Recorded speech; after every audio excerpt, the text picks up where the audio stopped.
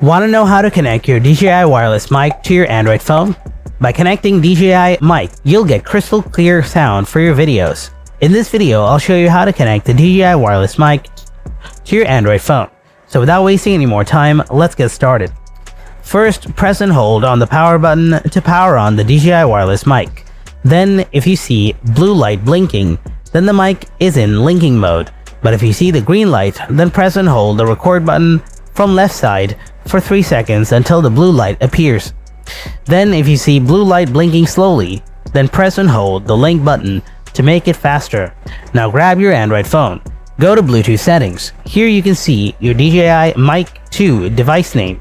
Tap on it, then tap pair and it's connected.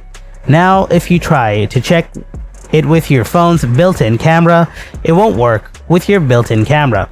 You need to install a camera app from the Play Store. So, open up the Play Store, then tap on the search bar. Search Protake camera, then install it. After installing this app, open it up, then allow all the access. Now, in the left side, you will see an audio bar. Tap on it, then it asks to allow local network. Tap confirm and then tap allow.